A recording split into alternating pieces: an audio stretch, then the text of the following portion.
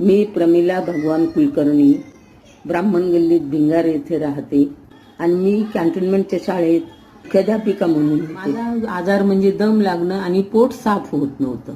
नंतर ॲडमिट झाल्यावर मला वाटलं काही दिवसांनी का कोण जाणे, आयुर्वेदवर माझा विश्वास नव्हता, पण वाटलं आयुर्वेदचं औषध घेऊन पाहू का इथं का फरक पडेना. मला सहज विचार केला, सारखं ॲडमिट होणं सुद्धा बरं नाही असं वाटलं. नेहा धर्माधिकारी ही डॉक्टरीन असल्याचं समजलं. त्याप्रमाणे तिला बोलावलं. मी घरी आली. घरी येऊन मग मला आयुर्वेदिक औषधं सुरू केले. ते पोट साफ होण्याचं करता तिने औषधं दिली आयुर्वेदिक, आणि बऱ्यापैकी मला जरा हलकं वाटते. पायाला सूज येते ती हळूहळू कमी होती आणि असा आयुर्वेदिक औषधाचा उपयोग होतो असा मला अनुभव आलेला आहे.